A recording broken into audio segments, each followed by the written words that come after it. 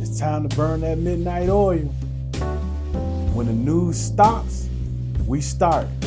I'm Deuce Red Zone, and this is Hell at Midnight.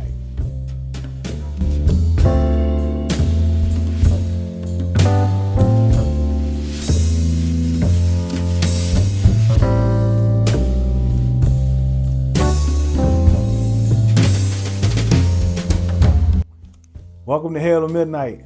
I'm Deuce Red Zone. This show is going to be geared to recapping all the daily news, Monday through Friday at midnight. And today, we start off with the NFL. The NFL wins again. The court ruled in their favor over the NFLPA that the NFLPA can no longer publicize the surveys, the report cards, what they call it, of the team owners and the team facilities, the dietitians, the treatment of family, the travel, nutritionists, team facilities, all of these different types of things. And they work. They work for the Commanders. I mean, our facilities, like our report cards, was horrible over the years. Josh Harris came in, read those report cards, said, hey, look, we got to make a change. So what'd he do? He make a change. They're so much better now. There's all types of reports. The families are being treated better. The facilities are better. He's put a ton of money into the stadium. He's put a ton of money into Ashburn. These things work. But it's always one person. And I believe that person was Woody Johnson, the owner for the Jets. I think they got like an F. Right? And he said, hey, they're lying. You might have a point. Just think about it for a second. Let's say you have a disgruntled player that wants to rock more. Let's say you want to get paid better. So what are you going to do? It can have some premium steak. He's going to say it tastes like trash. But if multiple players is saying it tastes like trash, it's probably trash. This is going to get ugly. They're going to still leak the information somehow, or the players is going to act out on social media. Alvin Kamara's already done it. He has dogged the facilities for the Saints, and I thought they loved him.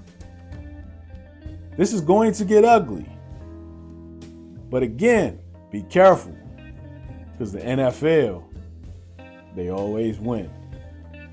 Speaking of report cards, the Washington Commanders received a B, which is 13th in the league for the 2025 rookie class. Yes, a B, 13th, top half of the league from the NFL.com.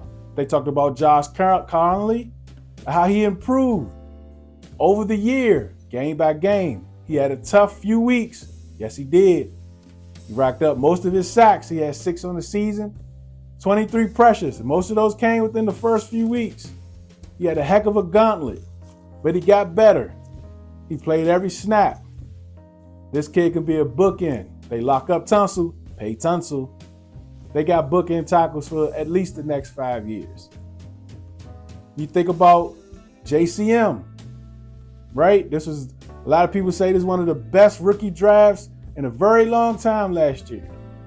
And the Commanders was crucified for waiting until the 7th round to pick a running back. And that running back, with limited carries the first half of the year and throughout, had 800 total yards rushing, 8 touchdowns.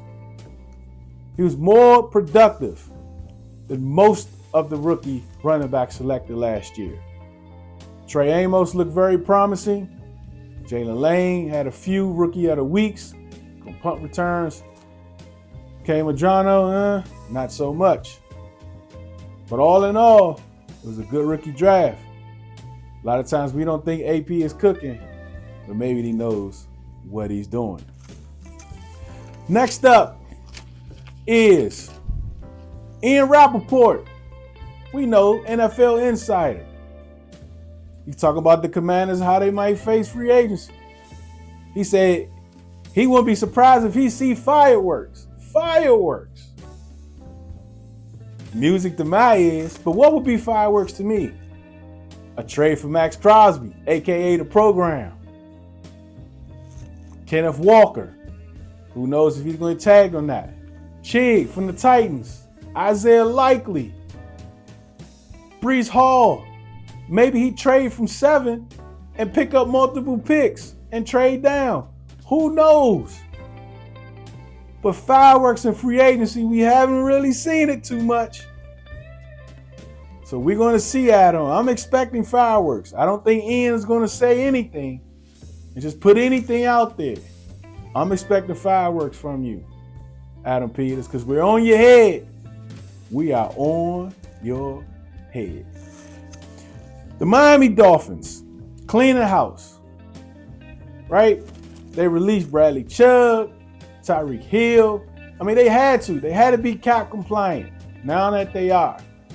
But Bradley Chubb can be added to the Commanders' list of need for defensive end. He missed, I believe, most of the 2023 season with the ACL. And he also had an ACL in 2019. Different legs, different knees. That's great. He also had ankle surgery in 2021. But most importantly is what he did last year. He had 8.5 sacks, 5 stops. He looked pretty good. But is it good enough? He's going to be 30 years old in June. And I don't mind 30-year-olds. But I don't want a ton of them at the same position. Jacob Martin, they bring them back. Von Miller, Dietrich Wise, Trey Hendrickson, any other 29 or 30-year-old defensive end. I wouldn't mind having you, but pick one. Pick one. All right, Chris Sims. My goodness, he slammed Dan Quinn. He slammed Dan Quinn about the treatment of Cliff Kingsbury, the hiring of 2 rookie play callers with this great Jaden Daniels. He's believed he's ruining the kid. Chris, I want to ask you this. Are you getting paid? There were 21 offensive coordinator openings this year. 21. And the last team that does not have an offensive coordinator filled yet are the Los Angeles Rams. They hired Cliff Kingsbury not to be the OC, but to be the help. So this great play caller that's one of the best in the leagues, according to you, Chris, the rest of the NFL sees him as help. Help. Trey Johnson, Washington Redskin, Pro Bowl 1999, offensive guard, massive man, great man. He died